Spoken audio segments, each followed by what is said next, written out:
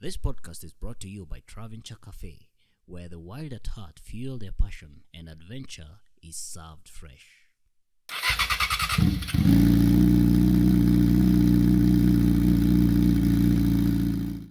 So today we have Motho.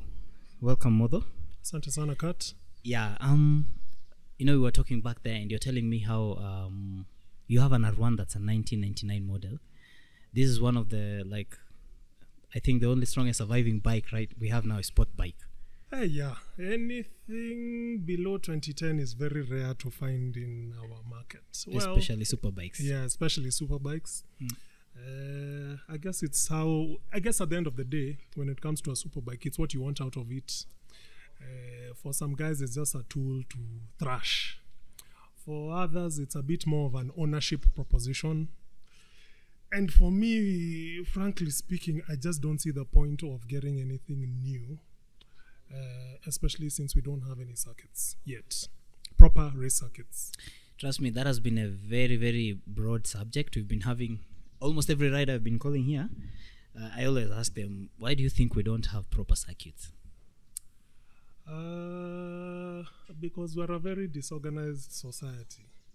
Oyaya told you that we were trying to bring structure as TSA, but people demanded independence. I remember how he put it. He talked about independence and letting them go free.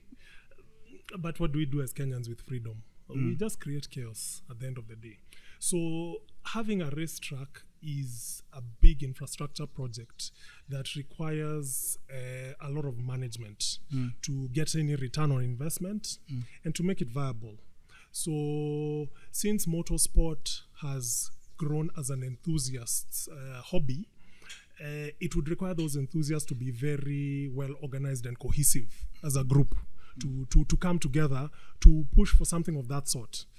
We don't have that here. The politics and I would say pettiness, sorry to say, of our society, which goes across board. It's not just about motorsport guys, but it's our society in general, simply does not allow us to come together and unite and do some of these projects. Because it's very doable. It is doable. In your own opinion, how do you think this can be doable? Interesting question. Especially now. It's just going to take a few individuals to take a leap of faith and go out on their own and simply do it. That's all it's going to take, because it is not going to be possible to bring the masses together. The ability to divide people is too simple. The minute there's any mention of small financial gain, that's it. You have splinter groups upon splinter groups. And that's happened in bikes, that's happened in cars, for very small things. Instead of letting the cake grow to an extent where we can all benefit, and instead of looking at it as a facility for Kenyans that can now bring in the rest of Eastern, Central and Southern Africa here, we are just seeing a bit of sponsorship money, splinter. A bit of money here, splinter. So it's going to take a few individuals to do it to do it, and then everyone else will join in once the ball is moving. So when you talk about these individuals, do you mean the financial muscles that the individuals will be? Unfortunately, we always say, I work in the finance world, money is in the wrong hands. Money, to a large extent, is concentrated with people who have no imagination. The people with the visions and the passions are not the ones with the money a lot of the times, right?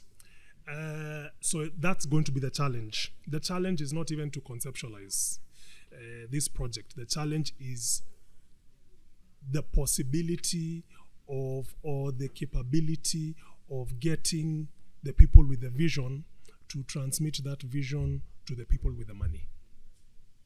That's going to be the challenge at the end of the day, because the money is not the issue.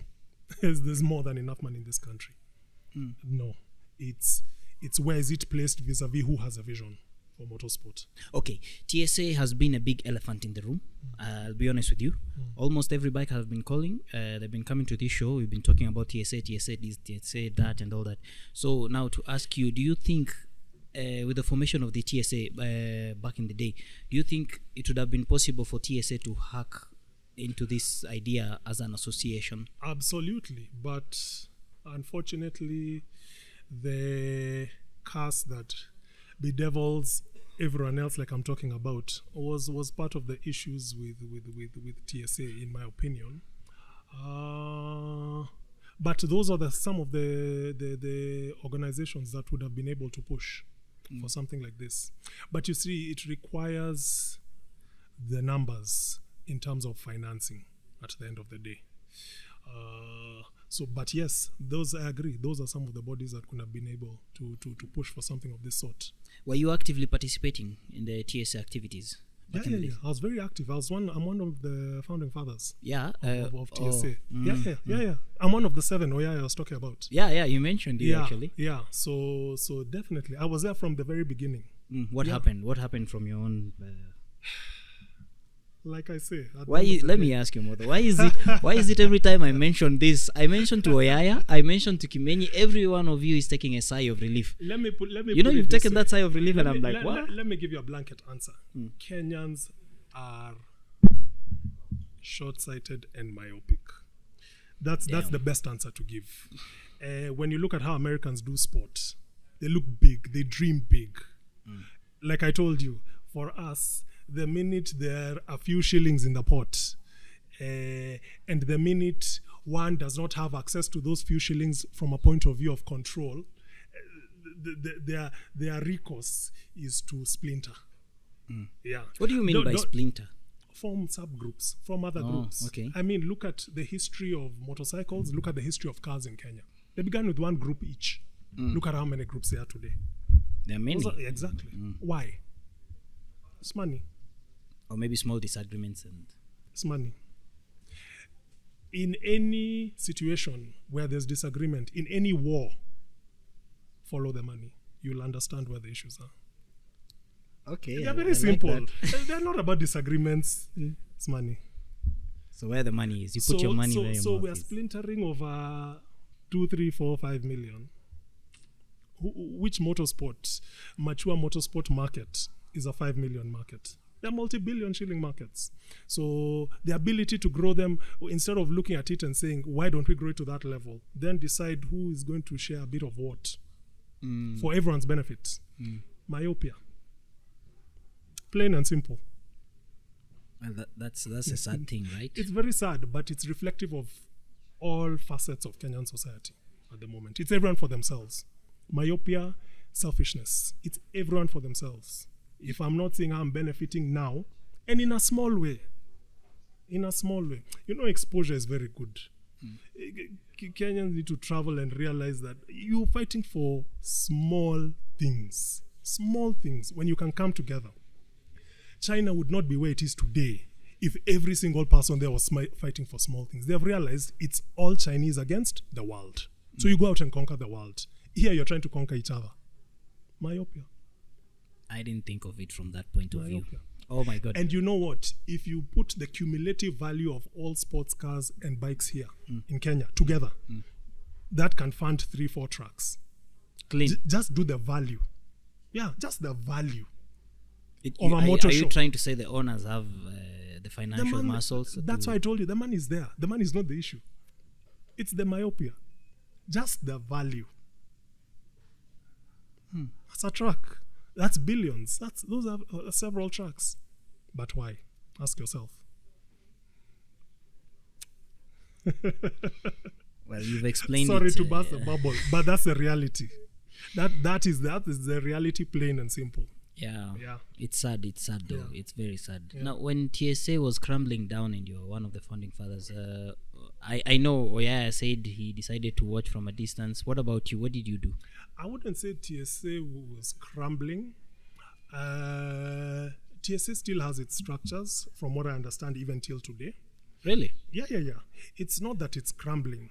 It's the fact that if you keep splintering off, then the effect of the original group is not as strong. That's the problem. But right? it's still in existence. But it's still in existence. Do you know who the still, chairman it is? It still has structures. There's a guy called Nick Ndaiga. Nick Ndaiga. Yeah, Nick was mentioned by Kimenyi. Yeah. Nick Ndaiga is the one who's heading TSC at the moment. So it still has its structures, right? So, and it, as far as I'm aware, in terms of motorcycling, superbike motorcycling, it's still the only registered club, right? For superbikes. Yeah. Registered by MSFK. So the structures are still there. It's still there. It's just that it's in a slight dormancy phase because of all these splintering and sub-splintering of groups. And the fact, again, Kenyan mentality is we go to the next new thing we've heard of, right? And they leave this other one. And all the razzmatazz with anything new. It will eventually, that dies, next one, and next one, and next one. Very unfortunate. And then what? Very unfortunate. And you see, that moving on to the next one is a selfish thing. It's because it's what I can get from it. Once I've sucked enough from it as an individual, move to the next one and the next one. So TSA, to answer your question, is still there. It's still there. About what one can do, again, like Oyaya said, we're all adults. If people are saying, I want to go in this direction, you are not compelled to hold them back. Who are you to speak? Yeah, exactly. Who are you to speak? Maybe your vision is just ahead of the thinking of the population, and maybe then they will catch up to your vision one day. Oh, that's interesting. You've explained it somehow in a way that I can digest it easily. To be honest, Oyaya was a bit rough with the explaining and because you see, clubs are not about what you as a member get from it. It's what you put in. Just look at golf clubs as an example, and the difference between why golf clubs work and the new age clubs don't work is because that was the old generation that had a different mindset and that realized and appreciated you put effort into this club or association that is your pastime. With our modern clubs today, it's what can I get out of it? I want to come and race, but fund my tires, fund this, fund that. The minute I see a sponsor, I believe you're getting millions. So no, I'm not going to do it, right? Guys like us never made anything, but all those races and whatever we held and how we built the club, we were just giving in to the club because we had a passion for the sport, right? What are you saying? You're saying if you realize that this person is having sponsors, they refuse to participate because they feel like you're making money from it. Exactly. But that's part of the splintering that I'm talking about. They think that in the myopia, they think you're making money not knowing what it takes to host an event. Yeah. That's some selfish interesting. But that's Kenyans in every aspect of life today. It's purely selfishness. Sorry to say. Not just biking, everything. Yeah. That's the national, in fact, unfortunately, that's the national value. That's the only value you can actually attribute to Kenyans at the moment. It's selfishness. Sad. Very. Very, very sad. Very, very. Well, your 1999 Yamaha R1. You know, the first time I heard of you, I was with a guy called Remy. His bike is called Bike Siege. So Bike Siege introduced me to Nyoka Nyoka the first time. Yeah. And he really gunned his bike akaniacha. Yeah. And then when he stopped somewhere, he told me, "You guy, you're saying I'm fast. Have you met a guy called Motho? This guy does not come often, but if he was here right now, even me, I'd be on the same level with you. Like I'd be here, and he's far, far away." So was that Yamaha run your first bike, and when did you get it? And now you're talking about me being fast. You should ride with some of these other founding fathers. Now you're mentioning other lanes. Like there are lanes. So you're talking about Remy. Remy's talking about me. I can talk about others, right? There are others. Everyone has their lanes. So anyway, there's always a bigger fish. Of course. So I got that bike in 2006. It was my first bike. I didn't even know how to ride a bike, by the way. By the time that bike landed in Kenya. Your first bike was an R1? Yeah, that was my first bike. I'd never ridden a bike. I didn't know how to ride a bike. When that R1 landed in Nairobi, I didn't know how to ride it. Was it among the first super bikes? It was. There might have been one or two Asians who had bikes of the 90s, the older Honda CBRs, 900s of 92, 93. But as of the biking community that we know of today, it was a fast bike. Yeah, so 206.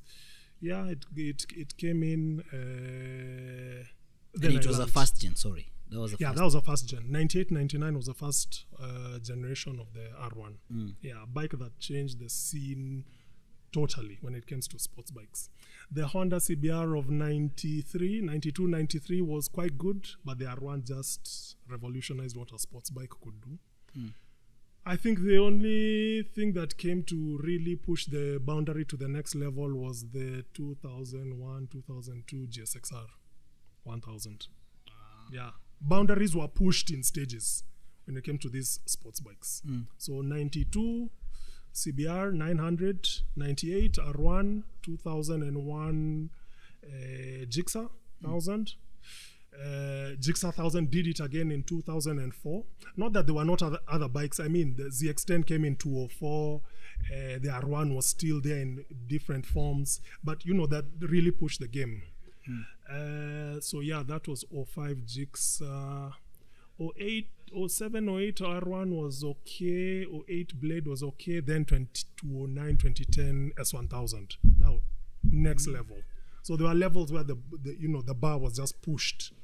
But the R1 really is the one that started it for what we know today as superbikes. Ah, nice. Yeah, and it's still pretty fast. Yeah, especially the one that you have now. Yeah. But I mean, yeah, it's been around for a minute for sure. And how is it? How many kms is that bike now? 72,000. Since 2006? No, I got it with 13,000. Remember, I got it in 2006, but it's a 99. So it wasn't new. But it's from Japan. And Japan, if they give you grade 4, grade 5, that's next to new. Right? So I got it with about 13K, but now it's got about 72, 73. Yeah. So I've still done a few miles, but on average, not too many. You used to be a weekend rider or no? I started out as a daily rider. Commuting? Yeah, I started out commuting. But over the years now, I look for every excuse to not commute on it. Why? The thing is, as I've matured as a rider, there are certain things I want out of a bike. It doesn't make sense for me to be on a 1000cc bike to be stuck in traffic. That's not getting what you're getting, what the bike was built for. So there's just no point. It's part of the maturity phase of guys who ride sports bikes, in my view, to a large extent. Yeah, you become a family man again. You slow down in those things. You don't abandon it, but you use it for what it was built for. Let's put it that way. You're not going to sell your bike, are you? No, this market would not appreciate an R1 like that. You see, an R1 like that, if you go to UK, is a classic. That's good. And guys would pay serious money for that. Here, I won't even get what it's worth in terms of its metal. So there's no point. And from a performance perspective, again, because we don't have a track, there's nothing you're doing on a much newer bike that you can't do on it on the open roads. So the bike that you currently have it does not have any mechanical problem? No. It's not even clean. EFI. Yeah, this is a carburetor. This is before the days of EFIs and traction control. A lot has changed. It's the raw originals, but those things are raw. So let me ask you, just for the record, if it was to be for sale, maybe you're auctioning it, what would be the first bid you'd go for? I can't sell it. Now I'm just asking. I can't sell it. The only guys who would even entertain a conversation is an Arab sheikh, because for him I can quote silly money and he will still pay for it. Like 10 million. But yeah, I can quote figures like that easily. But you see, the problem is you can call his bluff and quote that figure and he can pay it.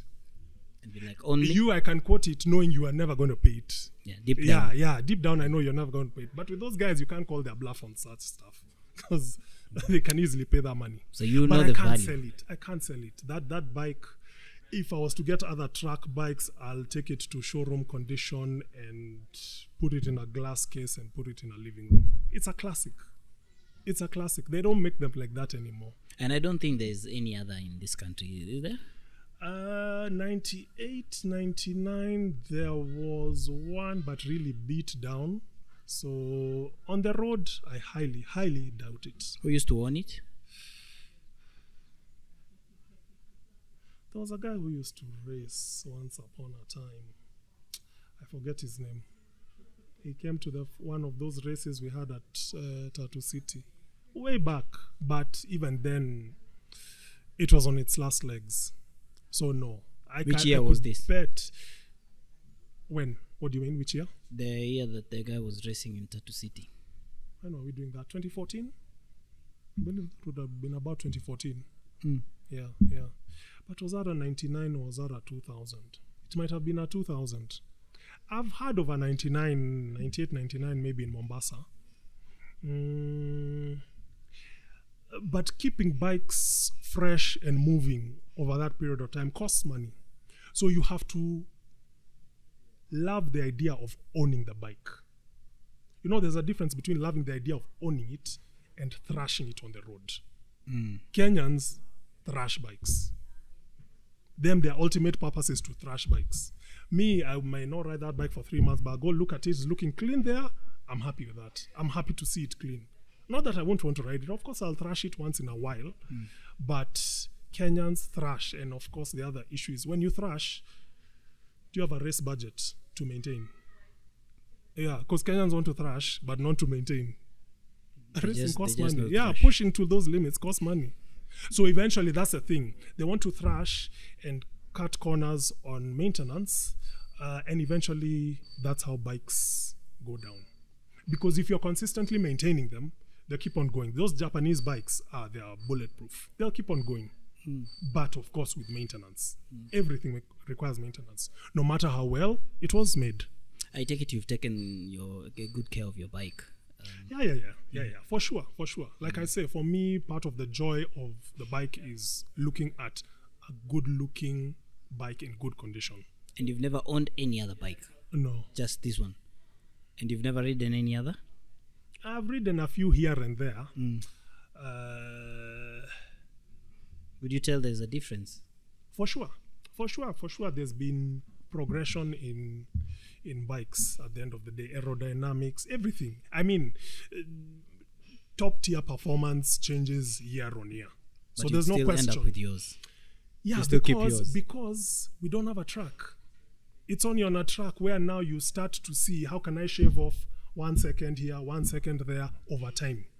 Because in top tier motorsport, it's about shaving off tenths of seconds every year. That's the continuous evolution.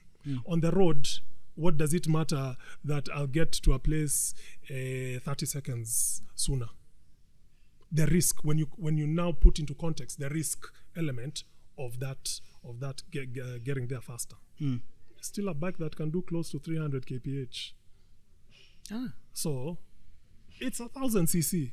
So it doesn't matter. It's 1,000 cc is 1,000 cc. Yeah. It's like I'm saying, it's shaving off those tenths of seconds through quick shifters, through maps, through aerodynamics. That's where the evolution is over time. But why is that important on a Kenyan road with borders and all the madness you see? Borders is another topic. I know during your time, borders were now coming up. There are not as many as they are right now. Hey, me when I got there around, there was no border. 06, wow. There was no one. There were no bikes. There were no bikes on the road. You can see the difference now, eh? Aye, absolutely. You'd say you've enjoyed more compared to now, right? Not necessarily. I was also, you see, there are advantages and disadvantages to beginning on a 1,000 cc bike. The disadvantage is that you don't get the benefit of opening up a machine to its limit and it not biting back. So you start off and you progress. Actually, the progress, if you start off on 1,000, is slower. Then if I started off on a 250, then I went to a 400, then a 600. Because at those stages, you're able to open up a bike to its limit without it biting you back, like a 1,000 cc would. So for many years, I was quite a slow rider. For that reason. With the 1,000? Yeah, with the 1,000. I was quite a slow rider for that. I'm also a bit risk averse from the point of view that when I'm on the bike, you're thinking tomorrow I need to go to work. So I can't be in a hospital for 6 months. So you're a safe rider. You have to be a safe rider, yeah. It's not just all about the bike. Yeah, it's like when I was talking to you. I'm not a trust fund baby, so you have to go to work. And I'm not a guy who was brought up believing you'll just call for mchangos anytime you take yourself into the ditch. Talking of which, when I was talking to you back there, and then you mentioned highway attack. I don't know, how did you call it? Highway banditry. Yeah, you said highway. I mean, I call them highway bandits. I don't call it highway attack. You say, why do you call it highway banditry? Because they ride it like they stole it. That's what I say. To me, there's no skill set on the highway. Yeah. Anyone can open up a throttle. You just look into that camera and tell those guys who do highway attacks. I don't find a skill set. We've seen, Kenyan tell you, or some of these other guys, there are guys who would come on rides and you keep up on the highway. But what separates you is when the first corner comes. What guys do around the corner? Skills. Some guys go around the corner, some guys continue going straight. So in a corner. so the highway for me, no. But I appreciate.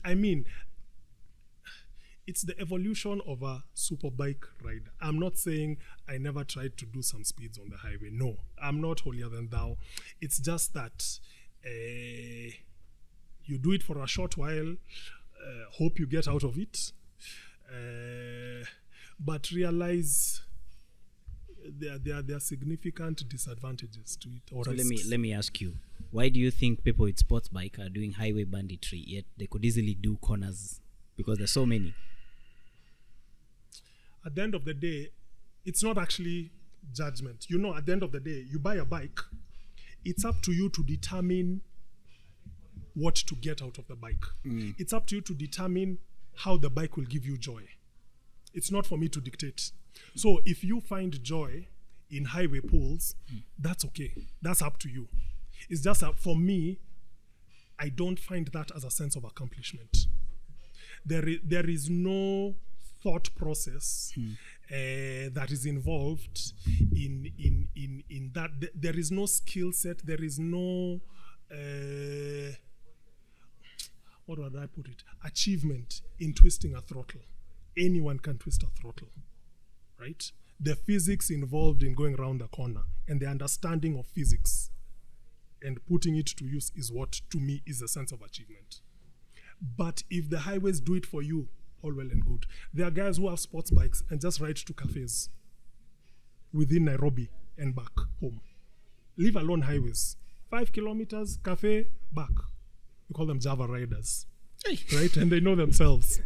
But if that's what does it for them, all well and good. It's everyone bought their bike to get whatever they intended to get out of it. No one can dictate for you, and no one should dictate for you. Yeah.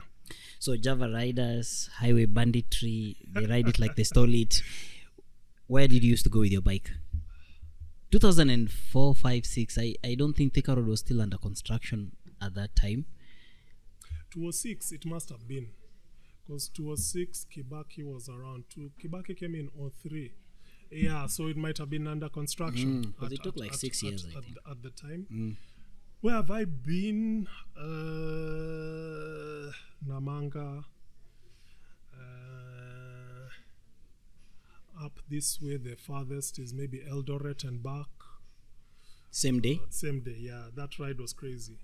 That was 750 kilometers. That's alone or with other bikers? With other bikers. Who are you with? No, I did 750 with one biker. But I know other bikers have also done a similar route. So I know Kenyan have done that route. I've done it with one other biker. Yeah, that was madness. But again, those are things you do when in your youthful days. Today, when you tell me to do even 300 kilometers, forget it. And the R1 is just parked there. Yeah.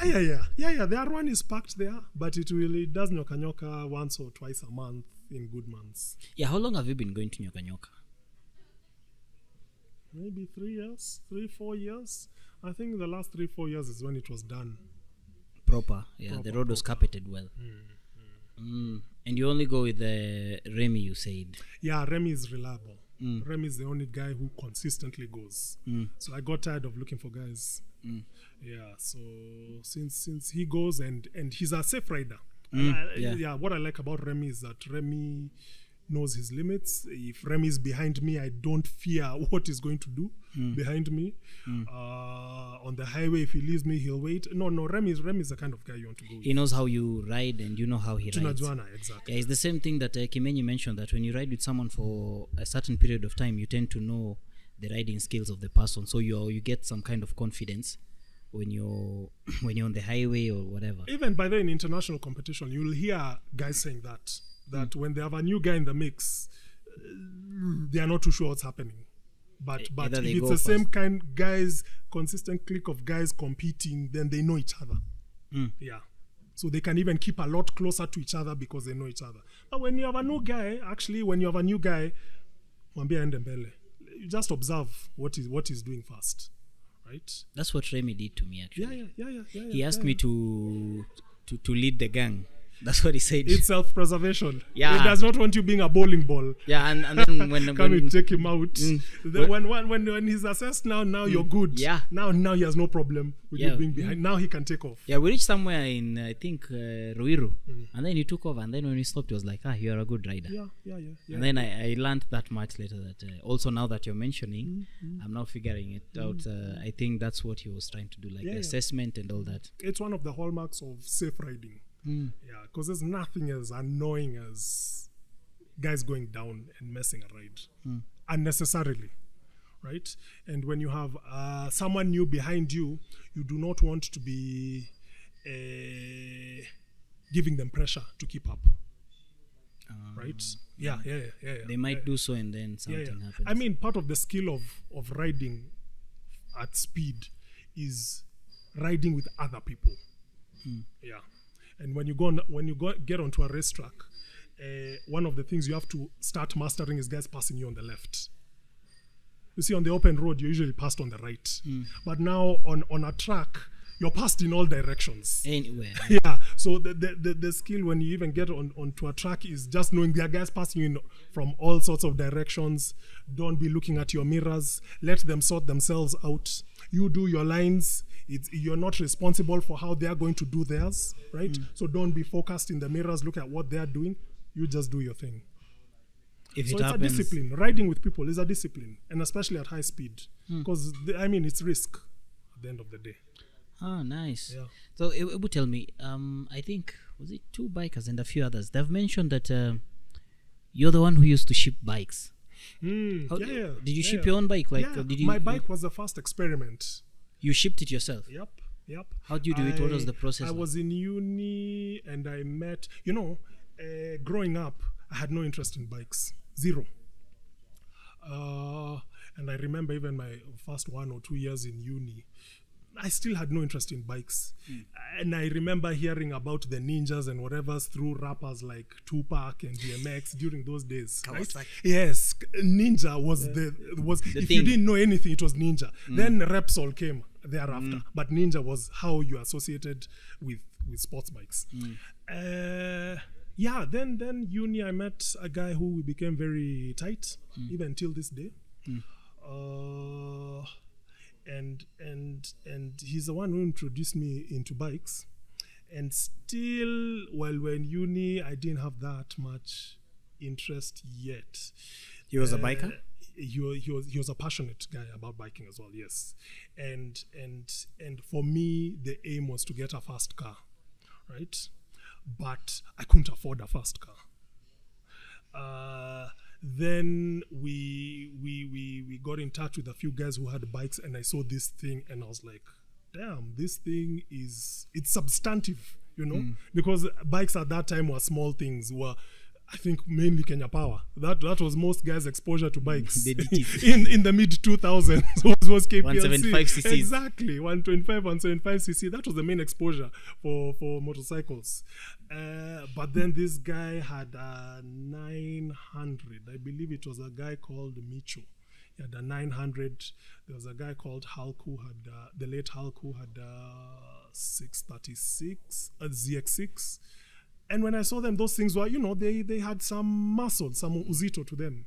So when I started working and I came across a few pennies, and we had decided when we graduated that we'll start up a company that's bringing in these bikes. You and the guys now? Yeah, me and this guy. We're only two guys. Okay. And we decided we're going to start up a company and we're going to be importing bikes. But it was difficult to import bikes when you've never done the process. How do you get a guy to trust you if you don't know the process yourself? So since I had a few pennies, we decided to take a gamble and try and see whether we would get one in.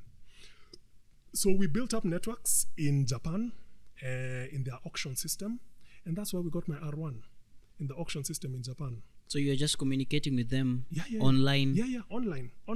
I guess those were the days before Ukora came in. I was about to ask you. Yeah.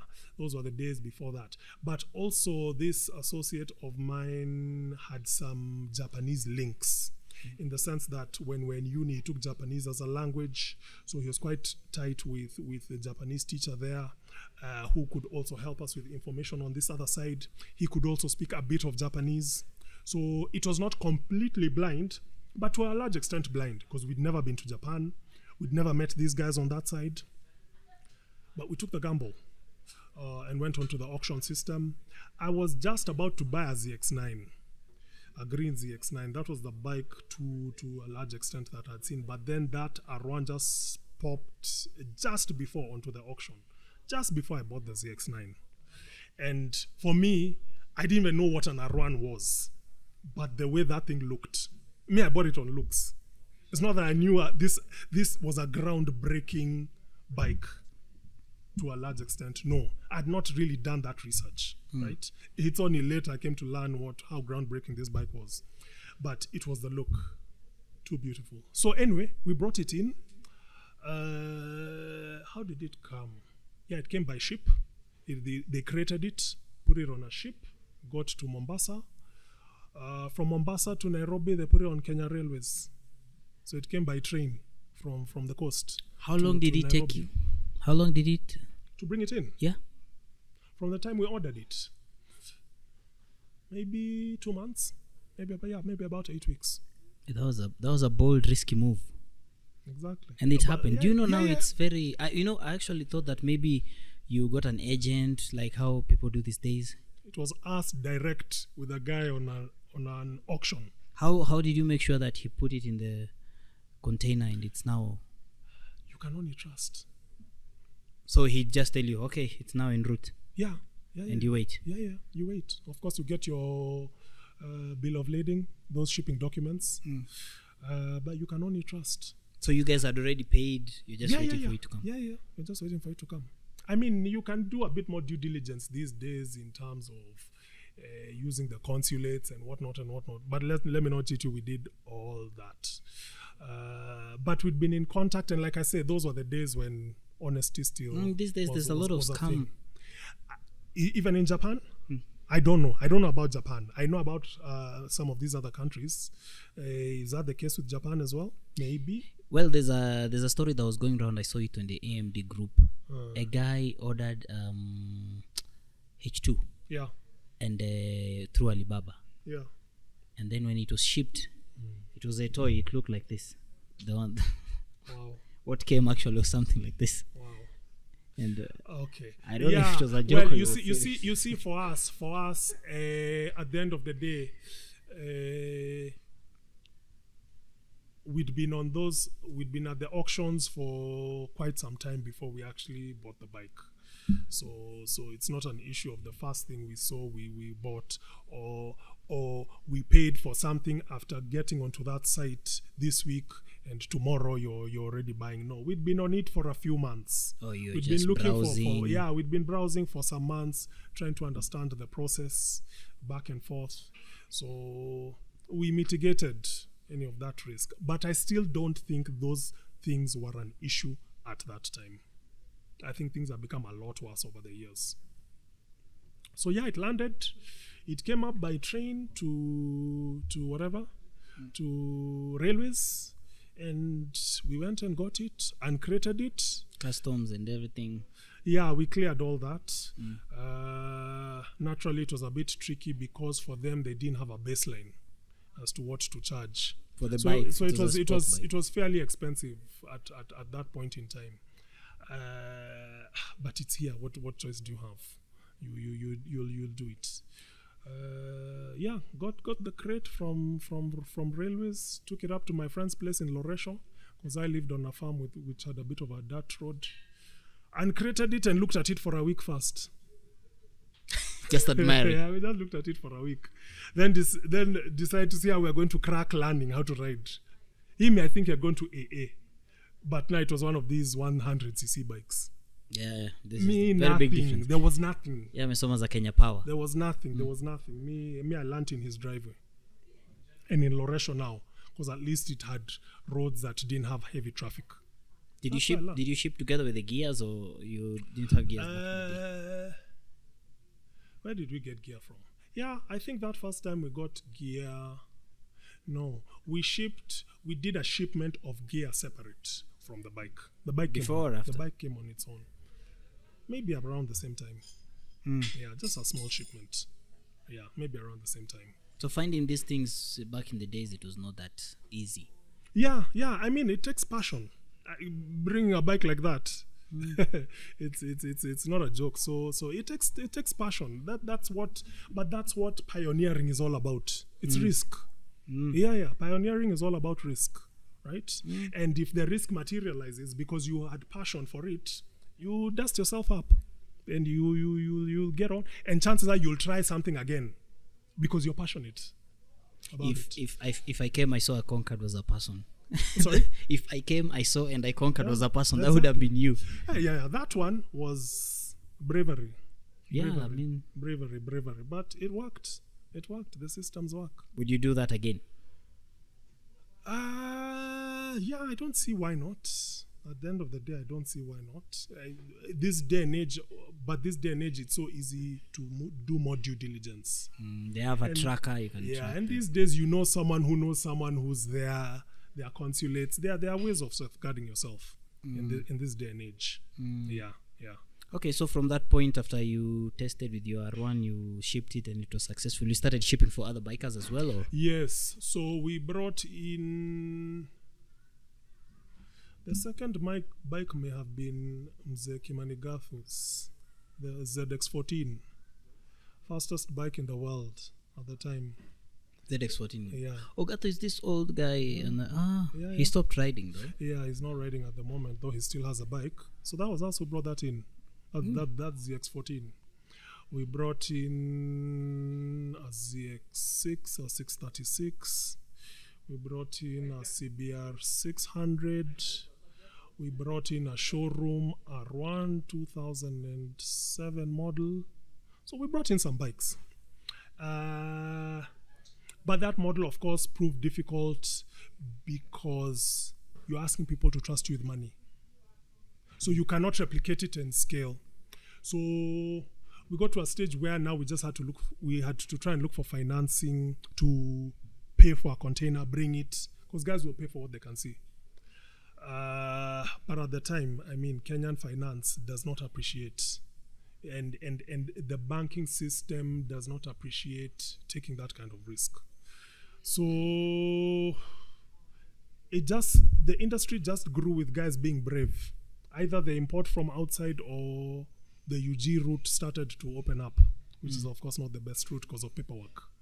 But guys just grew in the industry grew in that uncoordinated fashion that way. Yeah. Apart from the ZX14 that you just mentioned from the Gathu, would you say you'd be able to identify other bikes that you shipped currently? Some of them are dead in graveyards. So we might have to look at chassis numbers in some graveyard and say, okay, I brought that one in. That's the reality. You even still have it on record, like the chassis? Yeah. We have all import documents. We kept records of everything we brought in. We have social media material on all that stuff we brought in. So and we know the guys where we formed good friendships with these guys because they were built on trust and we delivered on the trust. There's no one who paid for a bike who didn't receive a bike, right? Clean. Yeah, they're Japan. I mean, Spectrum level 4. They are completely clean. So the ZX14 is the only one for now, you can tell. Is the CBR 600 alive? The CBR 600 might be alive. Nick Ndaiga, by the way, is riding that showroom R1. So that one is still on. Used on to be the road. Kimenyi's. Yeah. And it used to be the original owner sold it to Kimenyi. Now Kimenyi sold it to Nick. But that was the one we brought in. Nick is the third. Yeah. That And was the which showroom. year is it? 07. Showroom, as in Zero plastic. mileage. 000. Wow. Yep. So we've been there. We've seen the evolution. Don't you feel like the industry maybe needs you from a different angle? You don't? Yeah, I do. Let's see. You know, I'm asking because you guys, I meet you guys and ask you, why did you quit? You're like, No, we didn't quit. You see, the thing is, like I say, you cannot force yourself on someone or force your ideas. It's a free country. You individually worked hard to buy your bike, so you're gonna use it the way you want to use it, right? I may have some ideas about how we can collectively grow the sport, but the essence of democracy is that everyone has their say, right? And over and above everyone having their say, they've worked for their machines, so they're going to use them. So you may think you have the ideas, but are they also for the right market? yeah, you don't want to burn your fingers. Yeah, you don't want to burn your fingers. That involves a financial outlay. But even if from the point of view of ideas, they have to be accepted, right? At the end of the day. So the industry is what it is. Let's see. If there were tracks in Kenya, would you want to come back?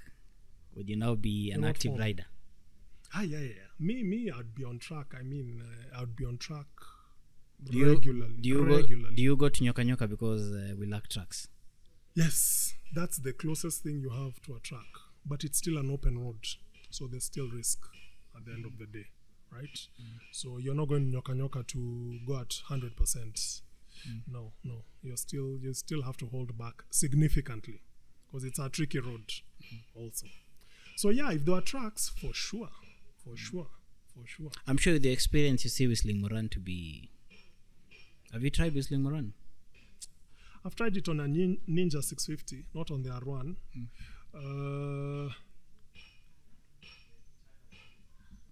Yeah, it's not for me. I've once if you've been to a proper racetrack, it's difficult to use the likes of Whistling Morans because those are go-kart tracks. So on the R1, no. I've never used it on the R1, but on a Ninja 650, yes. What would you say is a big difference compared to you guys riding back in the days and right now? Without including highway banditry. I don't know that there's a big difference. You see, at the end of the day, like I told you, biking, superbike riding follows a certain curve when it comes to maturity. When you start off on a superbike, highway is the main thing. Very few guys start off on superbikes wanting to do cornering.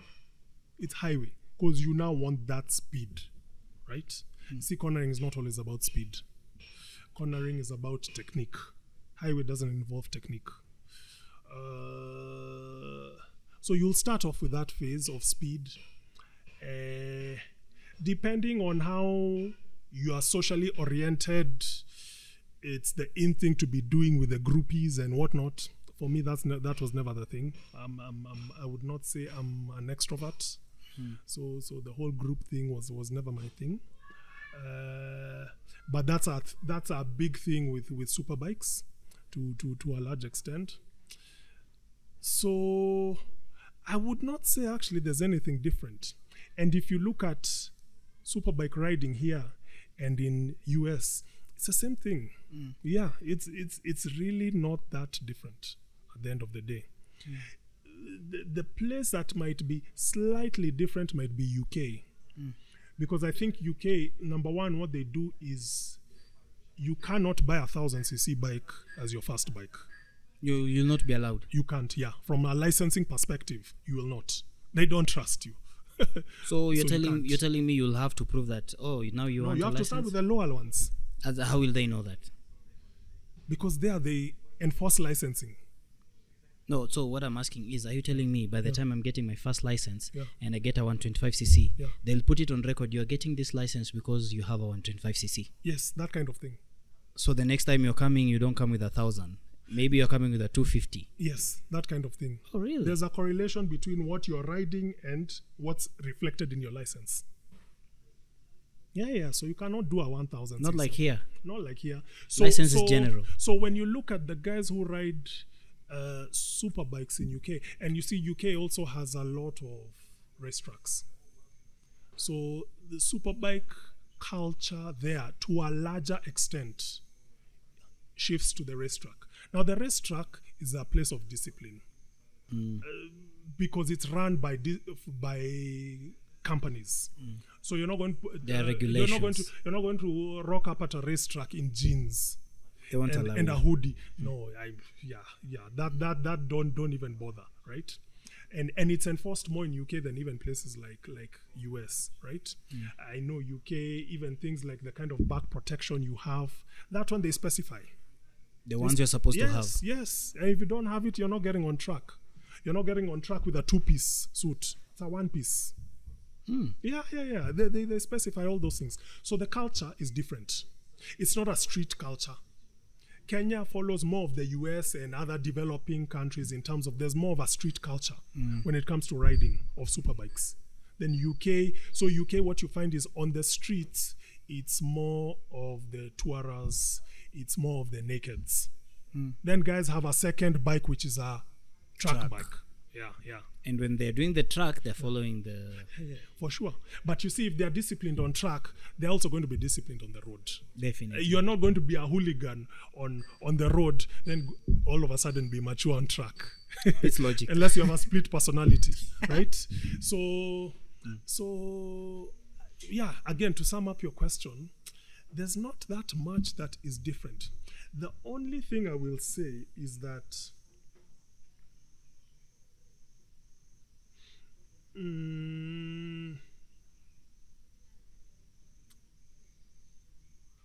maybe generation to generation matures a bit more differently. Your generation is a slightly different one to mine. So when guys settled down, they settled down. Let's see with yours. You see, only time will tell whether you guys will get to a stage like me where I'm saying, if I'm doing commuting now, give me an adventure bike. Super bike for either nyoka or a racetrack. Purely. Not for commuting, not for basic commuting, right?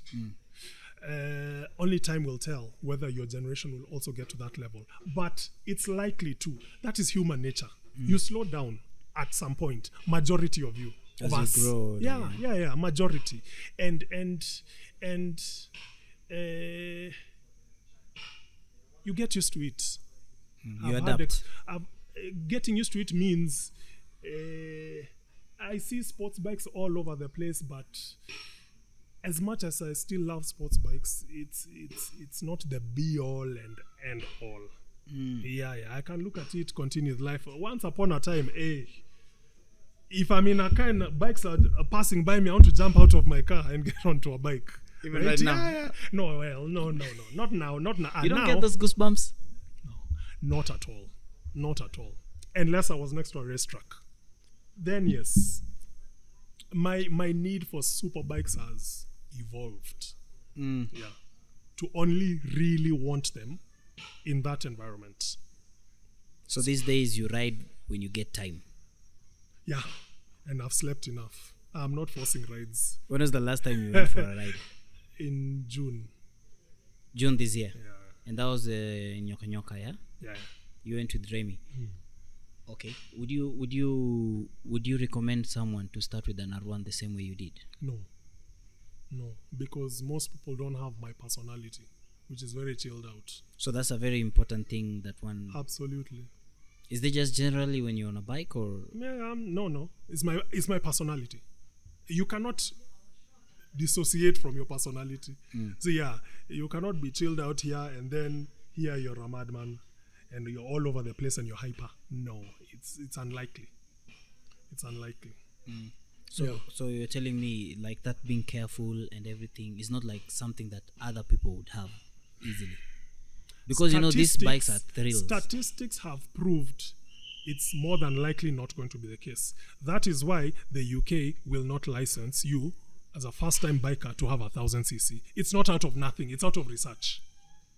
They've probably looked at it, and in the past, before that regulation was there, every 100 guys who are given 1,000cc bikes, 90 of them crashed, killed themselves, paralyzed themselves or something. Then they say, hey, this is too much. We have to step in. It's not by accident. We're all human beings. So it's not an accident that they have that kind of regulation. So I'm not saying I'm the only one. No, not at all. I'm simply saying as a generalization, it's not the most advisable thing. When would you say was that time that you started going slow on the bike? Going slow? Yeah, like now you're like, not like going slowly in terms of like now taking it easy, you're not riding every time.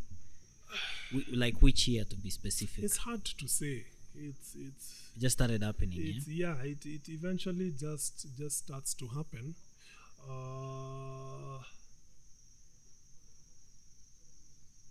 Maybe it's when you hear guys having incidences on the road.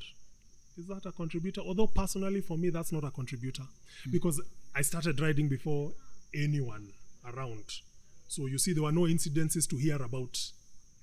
If I was the first, no, for me, it's just gradual maturity and evolution. Yeah, it's just gradual. Okay. Yeah. And between the time, you're riding, and say 2006 and 2015, let's just give it that gap.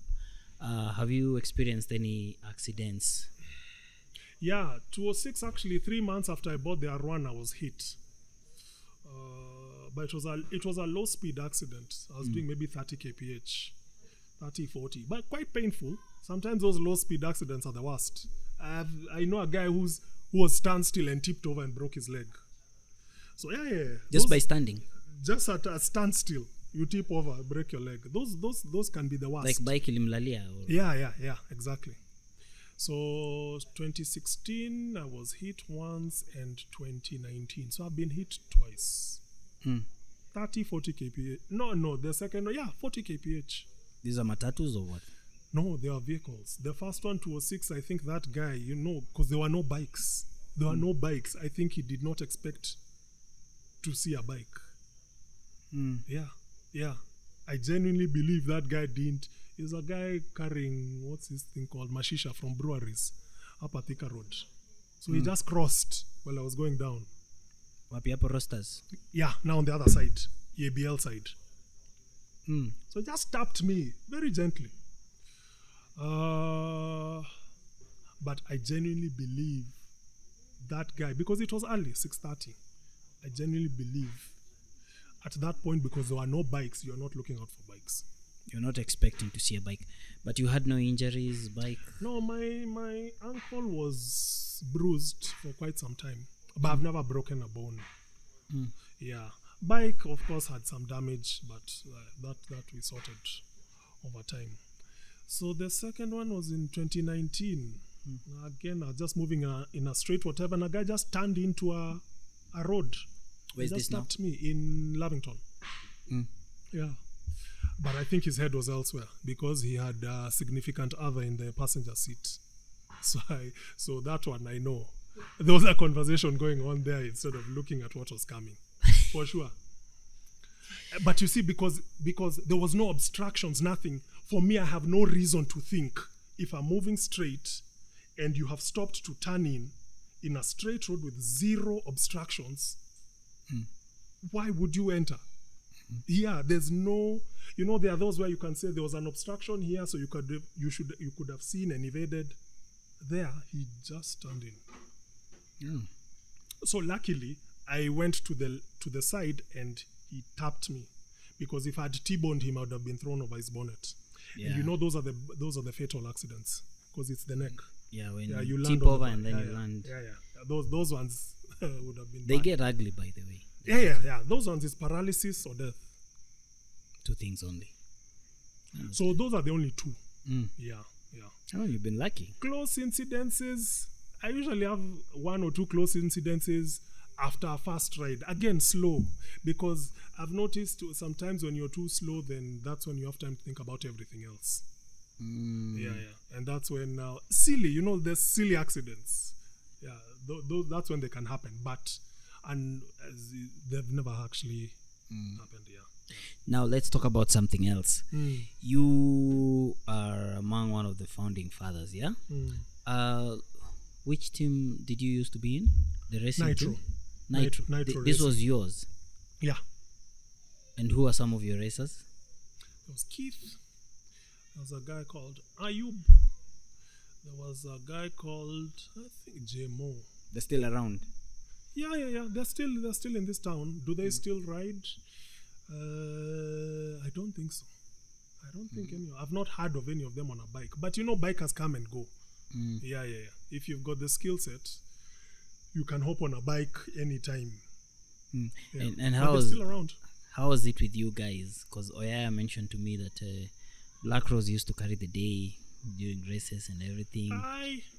The industrial area race. Nitro's the best team, so I don't know what Oyaya is talking about. Nitro used to win. It won that, whatever. I even have the trophy. So I wish you came with I have the trophy to prove it. Oyaya So said, it would be Black interesting Rose. to see which race is this Black Rose. The facts are there. So let me not argue. The facts are there. Will you send me the photo I of the can trophy? tell you. Yes. Send me the photo. I'm happy to send you the photo of that trophy.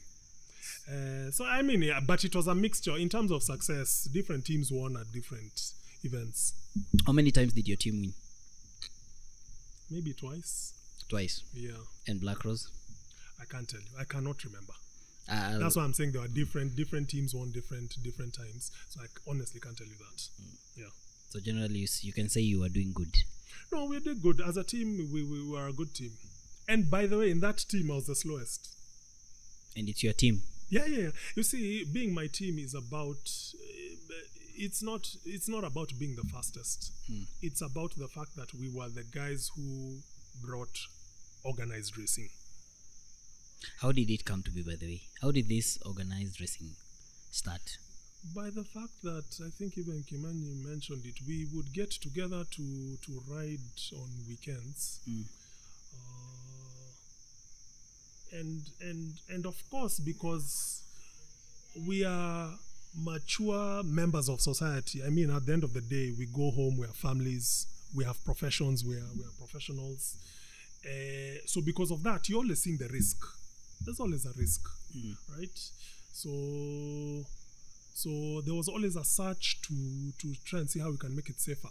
We are exposed guys, we've traveled, we've seen organized racing out there. So why can't we come together and bring something a bit more organized in our country where we ride? So that's how it started. That's how that conversation started. Why didn't you think that you guys maybe you and Oyaya would be on the same team? No, you can't have 2 founding fathers on the same team, because at the end of the day, how is that promoting the sport? You want to bring in everyone, and to bring in everyone, then you have to have key pillars in all the different teams to ensure the purpose of bringing people together has been met and the objectives. So it would not have made sense. So you'd all go sourcing other bikers? No, I mean, when you start biking, you tend to find out who else is biking. And at that time, because the fraternity was not big, they'll come. You see, once you're the established group who rides and the word gets out there, the minute I get a bike, I'll seek you guys out.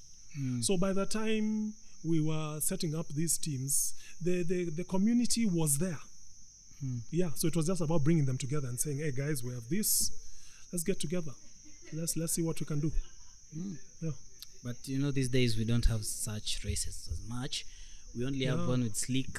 Because it takes organization. Again, we're back to the selfishness of things and people thinking that you're making so much money. That's why we don't have it. Everyone is super selfish. If I'm not benefiting from it, not knowing that you are engaging in a hobby first and foremost. So because you're engaging in a hobby, it's up to you to come out of your pocket to fund the hobby. Yeah, you're not a professional racer who's going to be paid. Nothing. Yeah. If we're talking about professional racing, that's different. Then you'll say, me, I only step on the bike when I'm being paid because of the risk I'm taking. Yeah, but this was not professional racing. This was amateur hobby that hopefully could have translated into that. You see, that's the point. And where I'm talking about short-sighted myopia, this was a stepping stone to professionalizing the industry. But you cannot professionalize till you go through this phase. And in this phase, you all have to give in. Until now, you can get the corporates to bring in the money to pay everyone. It was a collective thing. When do you think the races stopped from you guys? No, but races still happen. From TSA? Yeah, I'm talking about now yours. Like, is your racing team still happening? No. When the founding fathers more or less fragmented, when there was a change of leadership, that founding father team set up. Like the seven of you. Also whatever. Yeah. Also broke off. Would you be in a position to tell me who started the fracas? Not important. Because like I say, at the end of the day, it's not about one person. It's about the mentality. It's been shown over and over again since then. So it's not important. It's not important at the moment to point fingers. It's a societal disease in Kenya. So pinpointing one person doesn't solve anything. But I know you know those. Everyone has their point of view on everything. So again, mine is not the definitive. Oyaya probably had a different point of view. Kenya probably had a different point of view. So everyone has their point of view. That's not the gospel truth. Everyone has their slant on things. So that's why I'm saying what I can tell you definitively is that we are short-sighted. And the splintering, that's a fact. And like I told you, it's not even about bikes. Look at cars, look at everything. The minute you throw in a few shillings, look at the mess football has been in simply because FIFA puts in money. Standard. It starts from up there. But up there is a reflection of down here. At the end of the day, up there cannot be a mess if down here is focused and organized. But up there, they're in control. Yeah, but they have been given control. Their control has been given to them by down here. So if down here is organized and doesn't tolerate, then up there knows and will not do those things. So we are a reflection. The leadership is a reflection of the people. Let's not castigate the leadership for all these things that they do, thinking we are any different. Well, the ones who put them there collectively. It's everyone. Yeah. How did they get there? We voted. Okay. Yeah. I think we'll keep trying. I'm still trying to follow up on the TSA. I still want to see how this can get back to be now active, because it's been... TSA is very easy to get back active. You don't follow TSA. Get guys who are willing to contribute to grow the club, and instantly that be makes active. sense. Instantly. There's no problem with the leadership, but the leadership cannot run a club if people are not interested in contributing their efforts to the growth of the club. So approach it from get your people ready. The club is there, the club has structures, the club is registered. It'll just move. Yeah. So get your crew. You will find out that is more difficult. Getting the crew. Experience, that's going to be the problem. Mobilizing. Yes. Especially where they are not seeing direct benefit today. Sounds scary. And even your friends, because you see, it's not about an individual, like I told you. It's a society issue. Yeah. That already sounds very scary. It's unfortunate. Just think about it. For me, it's unfortunate. Yeah. It's more unfortunate than scary. It's the reality, but it's more unfortunate. But that's my experience.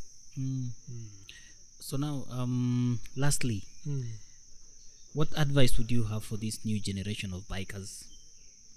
I know you've watched them. I know you've seen what we're doing. From your experience, because you have your first bike and you've never had any other bike.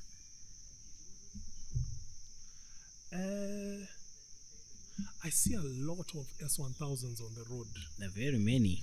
And again, that's an issue reflective of FOMO to some extent. Really? You think That- it's a FOMO? that when the it's been newest thing. decided that the hottest thing is this, They go for it. everyone goes for it blindly, right? So me, I'd say just be yourself. Be true to yourself. There are many guys who get onto sports bikes who are never meant to be riding sports bikes. Because of? That's not what they enjoy. They do it because that's what the It's the crowd. thing. It's the thing to do. Yeah. So get a naked if you want to get a naked. Get an adventure if you want to get an adventure. Just do you when it comes to biking. Yeah, no pressure from outside. Do you? Easier said than done. But for me, that's the advice I'd give. Be safe. The roads. Let me tell you, if you look at these fatalities, these accidents, where from these ones Kenyan was talking about to Oyaya, in my opinion, sorry to say, 80% were rider error. We are, as bikers, we're very fond of blaming everything else besides what we were doing. 80%. There were just very few where I know that someone doing something about it would have been next to impossible as the biker. But majority of them are rider error. That could have been avoided. That could have been avoided. If you know outer ring has bumps, why are you doing crazy speeds on outer ring? Then say it has bumps.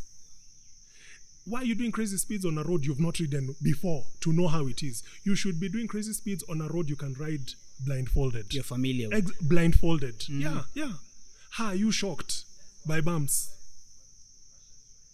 Look at international motorsport. You do sighting laps. You do warm-ups before you go all out. So those are issues of rider error. And until we take responsibility for that, you have a lot of incidences. Yeah. So for me, that's the thing. Ride as if you need to be around tomorrow. But again, who am I to tell you? You see, at the end of the day, it's how you value yourself. That's what I'm saying, and that's why I said, if you want independence, you'll be given, and you do what you do with it. It's just for me when people say, "Oops, I don't know what happened in that incident." If you're honest with yourself, rider error is a big component, because a big component of why some of us are still around is that we are very defensive in our riding. We're expecting a boda to do a U-turn. We're expecting cow shit on the road. We're expecting a donkey round the corner. You're expecting all those. So you're riding knowing if it happens, if it suddenly pops, you are expecting it. You're expecting the matatu to get off the bus stop into your whatever. You're expecting everything. And therefore, majority of things you can evade. Yeah. And a lot of times you can do it. If you're sharp, number one, if your bike is in good shape, because then braking, whatever, and then worst case scenario, kukiumana, you've got the gear. But by that time, you've shaved off so much of the speed that the gear is only saving you for the last few kph. Yeah. The gear can only save you for the slide, Well, if the impact is too big, Yeah. it's likely to The be question is, why is impact too big? It should never be too big.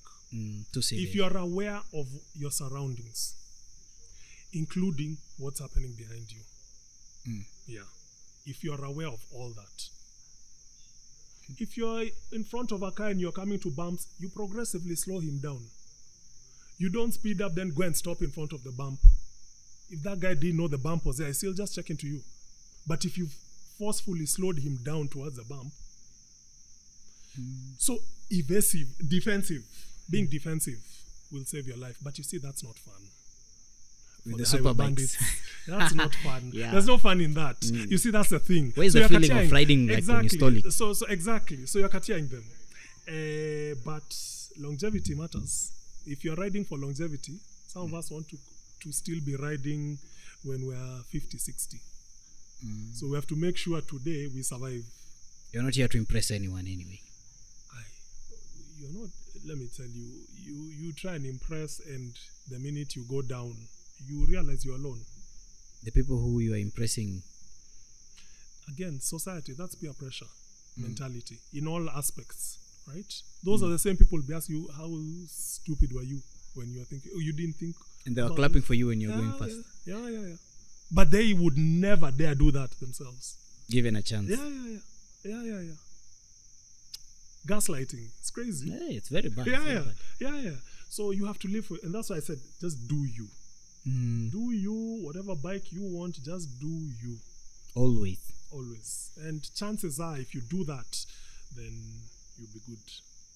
Yeah. If you are riding in this generation, which bike would you go for? Would it be the S1000? No. S1000 for me is a very capable bike that has got no soul. If I was riding, I'll probably get a V4 engine, so maybe an Aprilia Tuono. So it's V4, but it's also a naked, so the riding position is more upright, but it's still crazy sport like in terms of performance. And then an adventure. What do you mean when you say no soul?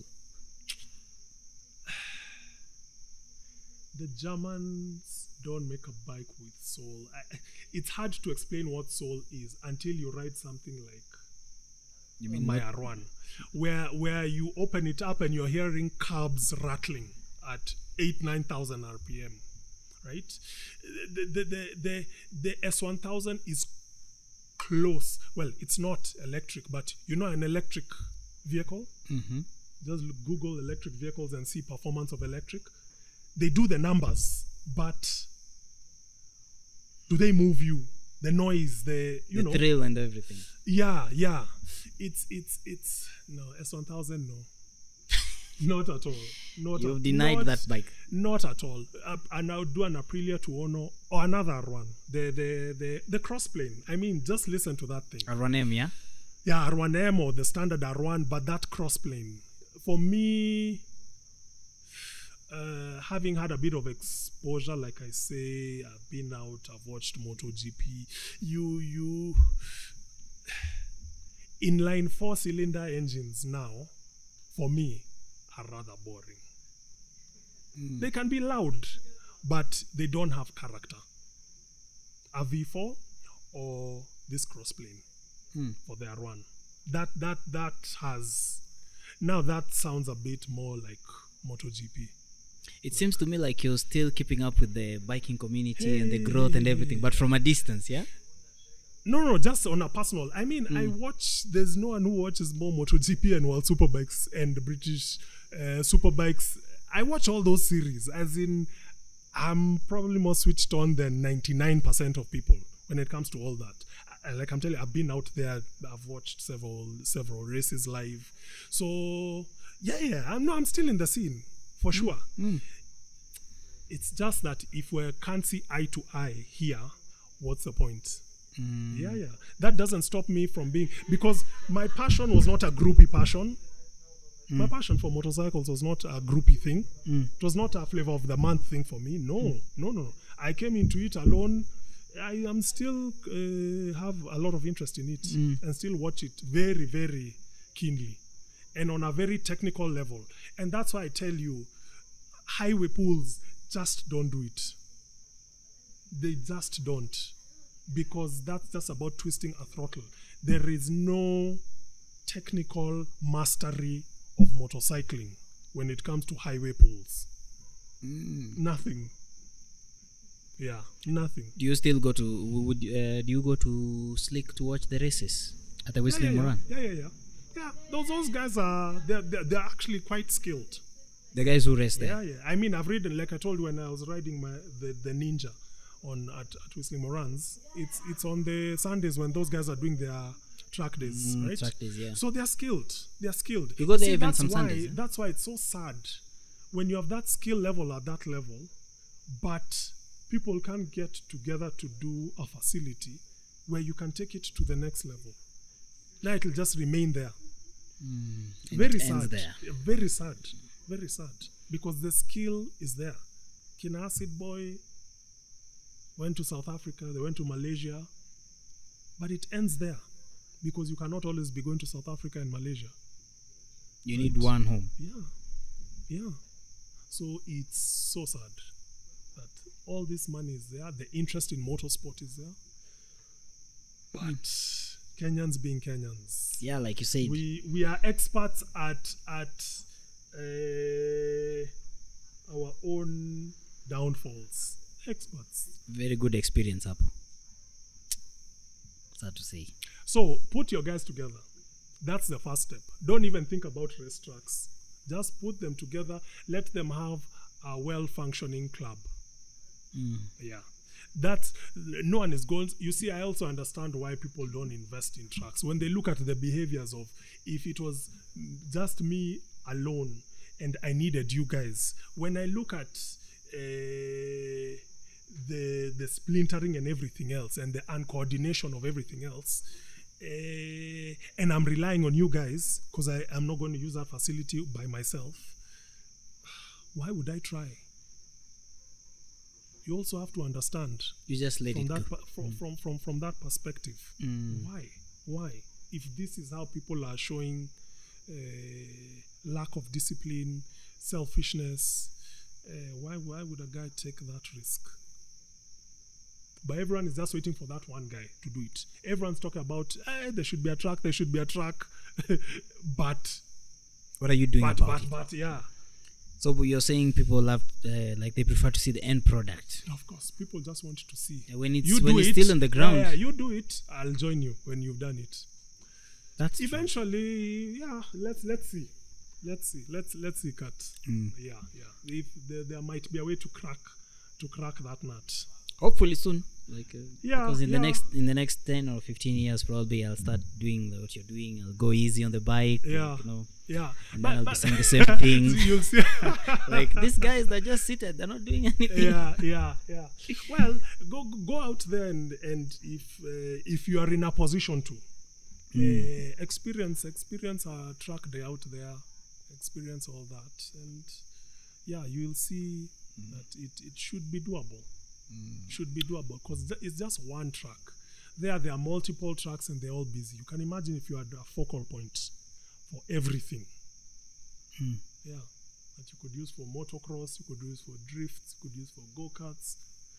That interaction of everything would be crazy. But then again, that management, sorry to say, it would need to be exposed. The Kawaida Kenyan managing a racetrack again would be absolute chaos. You have no trust. Because when I look at the behaviors, you saw this One World rally that came, yeah. Guys hanging off Ferraris. What image have we put out there? But rumor has it that was not well organized. There was no entry fee. There was no proper management to outsee everything. So when they came, they were just given space and they were told, do your thing. Exactly. But you see, that's a problem. Why wasn't there proper management? Someone has paid to put their Ferrari in a container to bring it to Kenya. Only for someone to hang on it. You just organize things on the ground. They are paying for that. They are paying themselves. Just organize things on the ground. And if you've looked at One Life Rally, there are versions in Europe and where else. 50, 100 cars. So this one, I'm sure they're just doing a test. How many cars did they come with? Like three or four. And normally they do 50. Yeah, 50, 100. Easy. Would you easy, think maybe they had seen this would happen? No, you have to test. If you're going to new markets, you don't go all out in new markets. Even those markets that probably didn't start with 50. It's something that has grown over time. But then even the 2-3 cars that come, that's what you're doing. They're not gonna come again. We should forget about them, eh? What image? What image? Yet we are saying we want a track. How do we deserve a track when we cannot organize and welcome guys who are shipping their own cars? Might I say at their own cost? Maybe they were our gateway to get a track. Sorry? Maybe they were our gateway to get a they track. could have been. Yeah. Easy. Let me tell you, If only we that behaved. money for them is nothing. It's nothing. And there's idle money out in the developed world. By the time a guy is shipping his car to Africa to do that, how much disposable income does he have? Crazy. He has a lot of money. And those were big cars, they were not Yeah. Ferraris. So We have a long way to go. the local guys should have gotten together, organize, give them escort. All these cars we see here, why weren't they escorting them? The bikers. Leave alone just the bikers, even the cars. By the How many? way, How many? Why didn't they organize something to flank those guys? And you want a track. You don't want to do anything that builds up towards that track. You just want the final product there. that makes Do a we lot of deserve a sense. track? Surely. Yeah. Because with our current organizational madness, it would be a disaster. Because motorsport facilities need to be the most organized of facilities because of the risk. These are projectiles, metal projectiles moving at crazy speed. We see them as cars, but when an accident starts off, that's a projectile. Yeah. Tukombali. I don't know what to say. You make a lot of sense. First world ideas, but we're still third world in thinking. We can't involve the government. What sport have they run successfully? Demonstrable. Athletics. What infrastructure goes into athletics in Kenya? They have Kipchoge Stadium. What else? They're building this one for this guy. What's his name? The guy who's currently Eliud Kipchoge, and then there's Kiptum. Yeah, Or is it because they're individuals? They're just building a stadium. Motorsport is not. It's a different ball game. That's a totally different ball game, and it's not even just about building the infrastructure. It's managing the activity. That's the big ball game. That's the huge ball game. And the issue is when there are injuries, when there are fatalities, what are you doing about it? When there are big accidents, how do you deal with it? Just watch, when you ask that question of a track, just watch how international motorsport is organized live and see whether we are anywhere near that, and you'll answer your own question. It's the organization. So now, let me ask you. I know I said last question the other time. No problem. But they keep coming. No worries. Karibu. Because you're doing a good thing. Yeah. So I'm happy to give my insight. Thank you so much. Now let's assume. I just want you to explain it to me step by step as we wind up.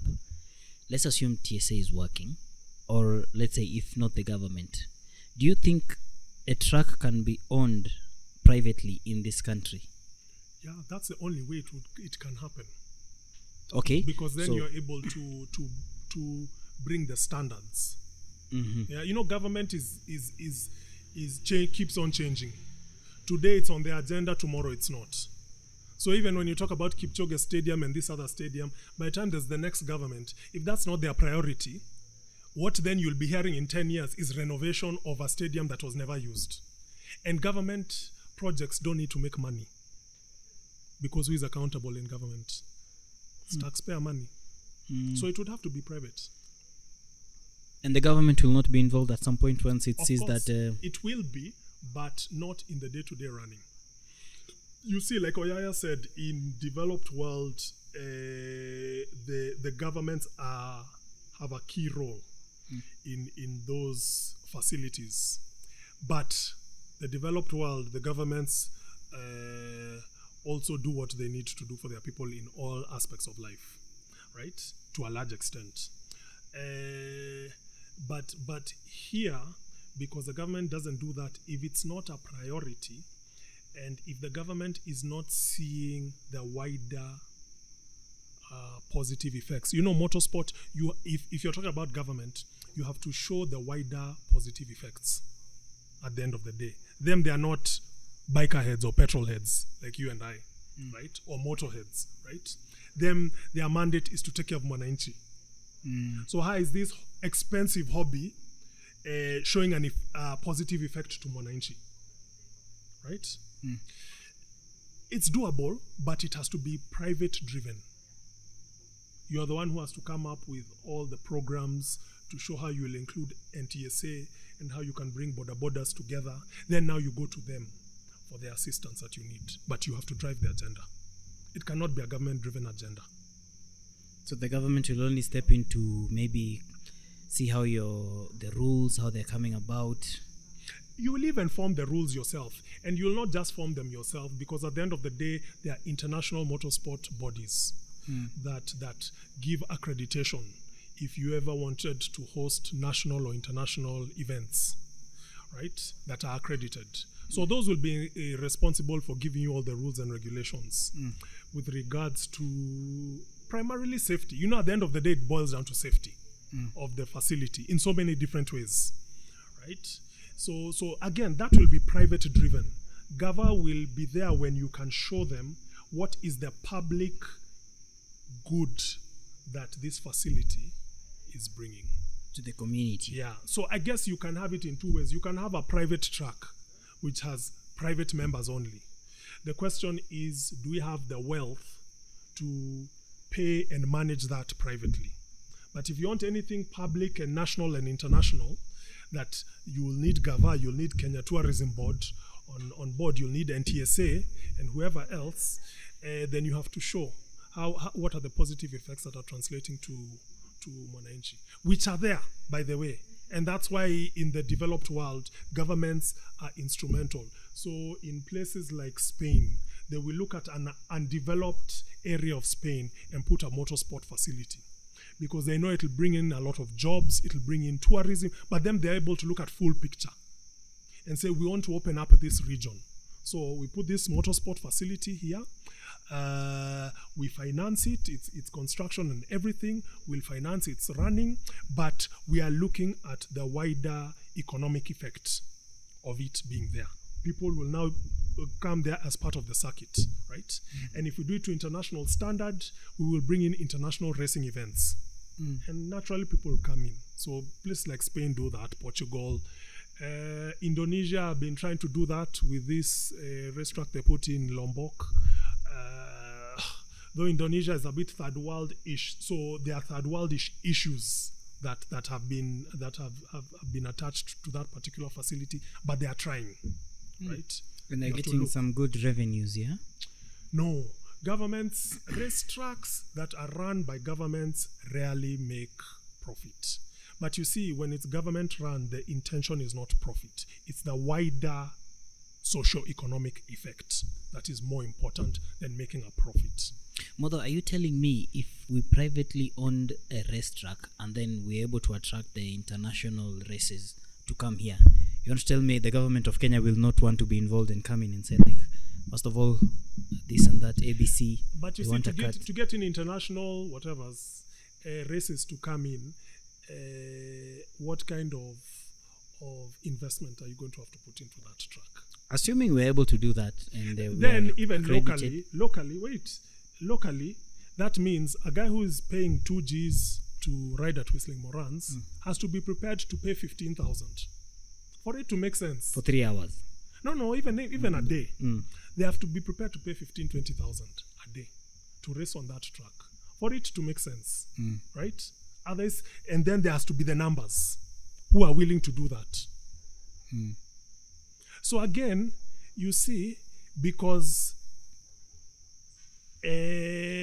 out there, people are not selfish. They want this facility, so they know they are willing to pay this kind of money to keep it there. A Kenyan will be like, nah.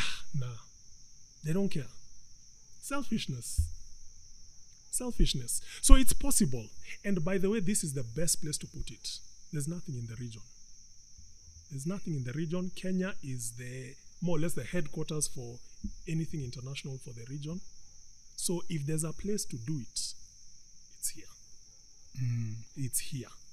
But we are so disorganized. We are so selfish that it's going to be very difficult. But the money is there.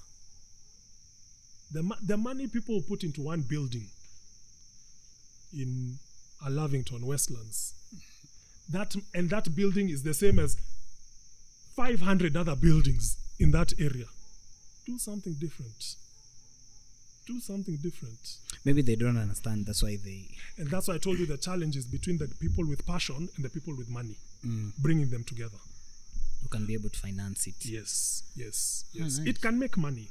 No question, because it's entertainment, and entertainment is big business. And that's long term, yeah? And that's long term. And motorsport is something that evokes passion in people. So it's not like a club where I'll just go once. Even if I spend 10, 20,000, I'll just go once and I can go to 100 other clubs. This one, once you're hooked onto a track, you'll never, the amount of highway banditry will reduce to this. Once they taste. Are you saying they're doing this because there are no restaurants? Of course. And you can't blame them. You will do what you can do where you can do it. Of course. And like I say, you can't blame them. The need is there. You cannot just extinguish the need. It's there. Yeah, it's just a platform. Well, thank you so much, Motho. Thank you for having me.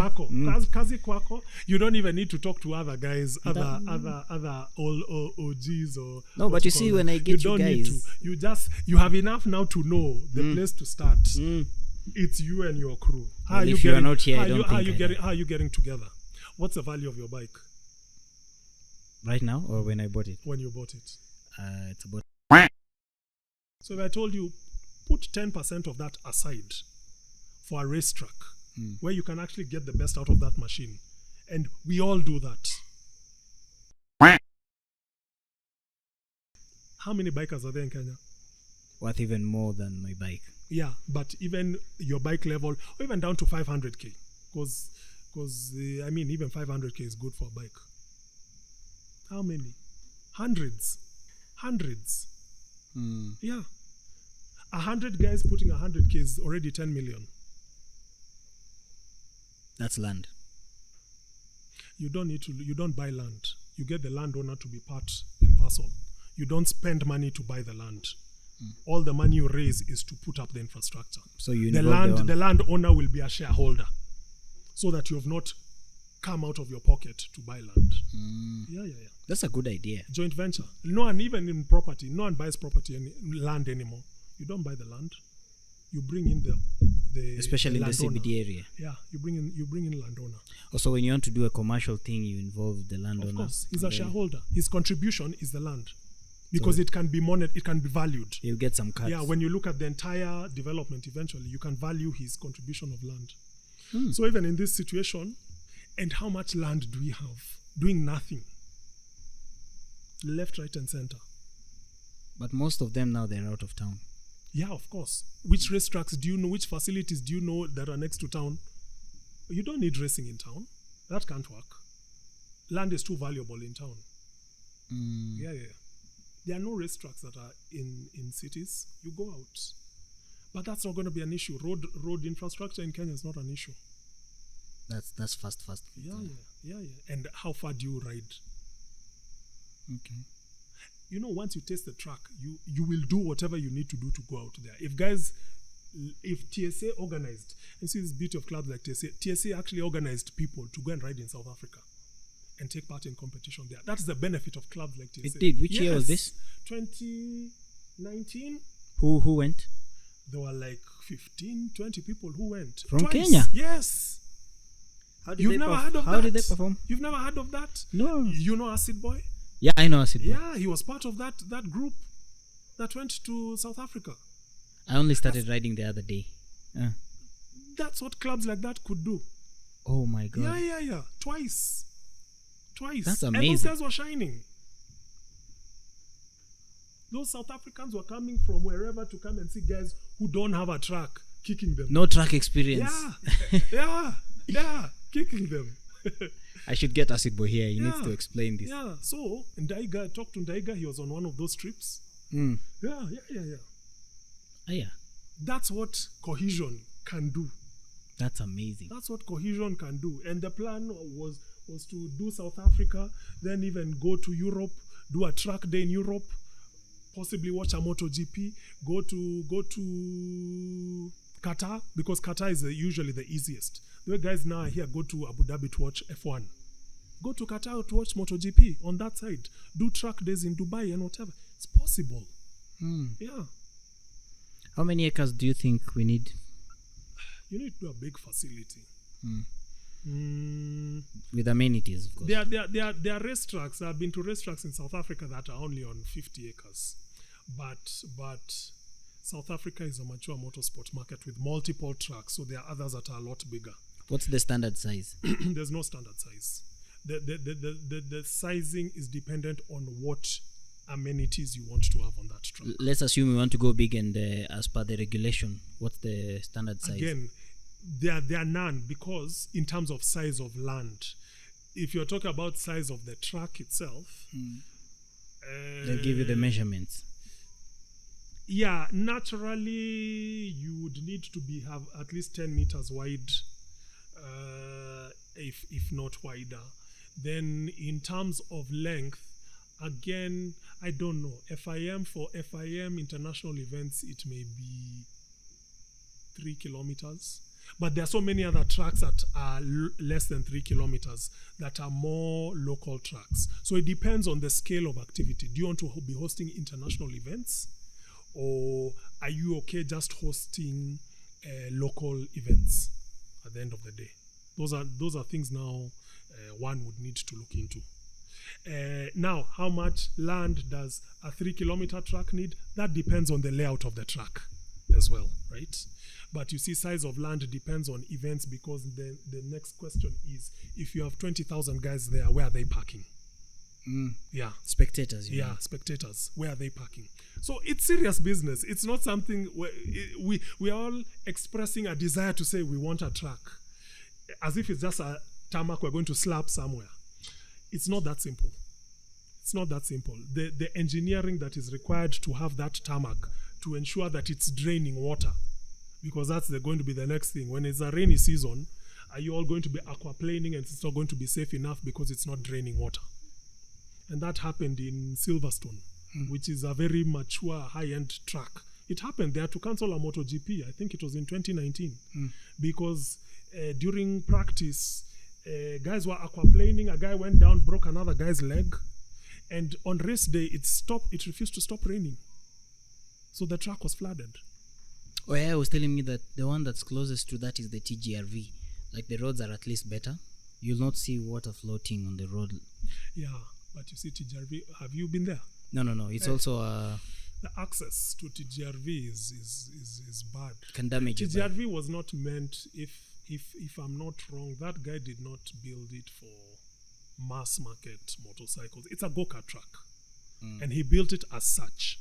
And he built it as a place where that community who have 4x4s, so access from the tarmac, Atakani Matope, that's not an issue. That was built like that, to be in the bundos, to cater to X community, right? It was not built for the masses. We are the ones who went and forced ourselves there as bikers, because we had nowhere else to go. Again, for lack of track. We are the ones who dandiaed, exactly, for lack of track. We are the ones who dandiaed there.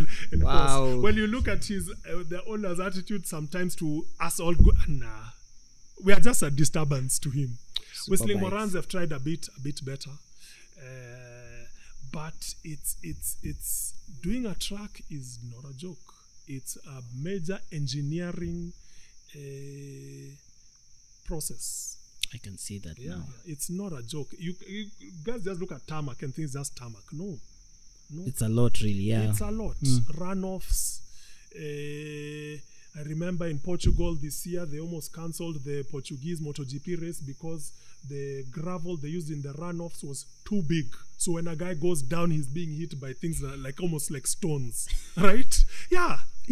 And it was, if I'm hearing about it in Kenya, it's an issue.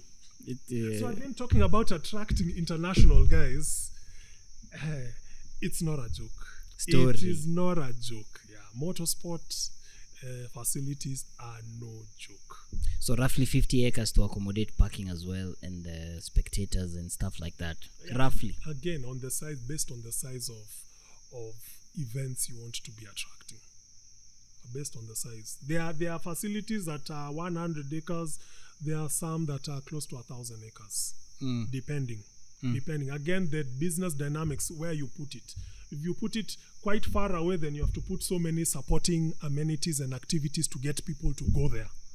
Right? And because of that, you need more land. If you're closer to town, maybe you can have it smaller because then you only get the diehard motorsport guys to go there. Right? There are so many things. There are so many things that would be involved in master planning and motorsport, whatever. But if you're doing it, don't make the mistake of getting some Juakali master planning. Because when it goes wrong, then it really goes wrong. And if you're doing it, you see, if it goes wrong, they can do something about it. Like Indonesia, they put cheap tarmac. MotoGP bikes came there and they were just whatever in the tarmac, chipping up the tarmac. But it's government, so they can recap it. You as an individual, you spent 500 million, and they come there the first time that happens, and you're told another 100 million to recap it, you go bust. So you don't cut, exactly. So you don't cut corners from the beginning. So it needs guys of serious maturity, as you can see. And who know what they're doing. It's not the kawaida crew of bikers and whatever. Nah, it won't work. I think when TSA revives again, I'll look for you. I still feel like you guys shouldn't have just left like that. Maybe you would be like... We are there. No, I mean, everyone's around. It's just... people have to decide what they want. So if what they want is experience, and we're not perfect. I'm not talking as if I've built a track elsewhere. I'm simply talking from a position of exposure, what I've seen. And exposure is important because exposure allows you to dream. I've been to a MotoGP event where there are 150,000 guys. So I know what scale is. Right? When you have 100K guys walking towards a facility, I know it. That's the importance of exposure, right? And that's the thing those founding fathers had. Guys have traveled in their own private capacities. So they have exposure. They are of a high caliber, right? To a large extent. So because of that, their ability to visualize what this thing can be, because motorsport is visualizing. If you can't see it in your head, what 100,000 guys here are going to be like, if you can't visualize the kind of order you need, you can't do it. Yeah, you can't do it. So majority of guys talking are simply guys who should be participants, not guys who are actually behind the vision to push this thing. The vision needs exposure. Serious exposure. If you're not watching MotoGP every other weekend and World Superbikes to see how it's done, don't bother. Not for you. Not for you. If you're simply saying that by riding around, not for you. You need to see it to understand that even if you get to a stage where you just lay the track, that's 10% of the journey. 90% is the organization of the events. Nice. Okay. I hope everyone has heard. And I hope I've not rubbed too many guys the wrong way. That's their own problem. At least you're shedding facts. You're saying it as it is. And I'm sure no one is going to look at it from that point of view, because I don't think we're doing much, to be honest. As this new generation, maybe we are stuck. Maybe it's because we don't have this kind of wisdom that you're telling us right now. I don't know. There could be other reasons. Just the same way you've said the reason why, and that has been said by a lot of other bikers that I've had on the show, maybe the reason why we're doing this highway banditry is because there are no tracks to quench that your thirsty speed. You get otherwise if there were tracks tungekuwa tunashinda hapo kwa tracks. So it could be so maybe for us from our end, maybe is to come up together like you've said, try to see how TSA can be revived again, to be up and running. I will try and have Nick on the show. Kimenyi gave me Nick's number, and I just want to hear other people's opinion and then call him and ask him a few questions like what's TSA doing, what's TSA, how far it is and everything. And then probably, hopefully, maybe in the next 5 years we can see growth. I'm just crossing my fingers. But let it start with guys getting together, because you see that's a process. So don't look at the 5 years. Look at tomorrow. Look at the next day. Look at the next day. Are you guys willing to be so tight that you can each be changaing 1,000 every month towards track fund? You know that's how it will start. A crowdfunding. That's how it can start. 1,000. But who are now the safekeepers of that money? Because again, when that thing gets to 10, 20 million, then now you see the problem. Everyone is entitled now. Now you see the problems. Exactly. That's something I was also thinking, if we have so many partners and then the other one will be like, now I want out because I feel like I've done much just as equally as you've done, and then that jeopardizes the whole project.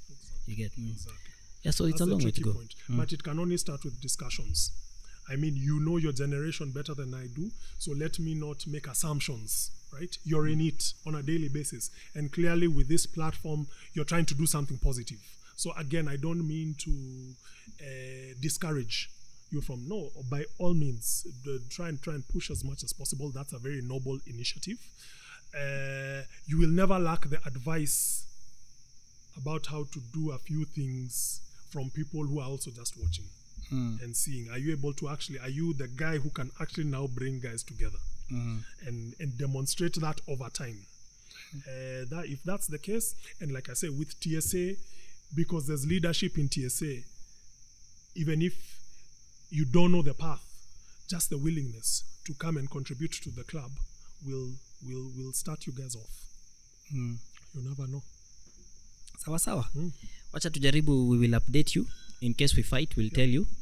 In case we disagree, I'll come and be like, yeah, you are right. You see, now it's happening again. Kenyan style. But thank you so much for taking time to be here. You've really mentioned some really important things that are very useful to the biking community as well. And I'm sure some people who've known you, they'll even start asking, umsalienda wapi? So just at least they know you're still around. And once in a while, what's the color of your bike? It's black at the moment. It came in as red and white, but it's black. Black. At the moment. Okay, maybe one of the days when I'm driving, I'll see you around. No, we'll do a nyoka. But Rem will bring us together. After. Lakini, but mimi nimeshakwambia before we even started. It's an R6. Not too much experience. Usinioshe hivyo. Remy tells me he was most lethal on nyoka with his Triumph. I hear the 600s. Yeah, he mentioned the same thing as well. The 600s are the best because you can nyonga all the power out of them. Yeah, but if you can do that with an R1, I'm imagining.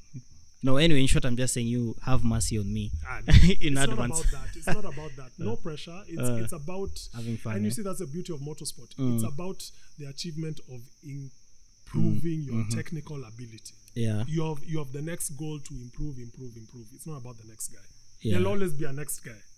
Until maybe you reach Mark Marquez. Then now there's no one else above that. But until then, there'll always be someone. There'll always be someone better. Nice. Till you get to that level. Asante sana Motho. No problem, Curt. Thank you so much. It was nice having you. All the best.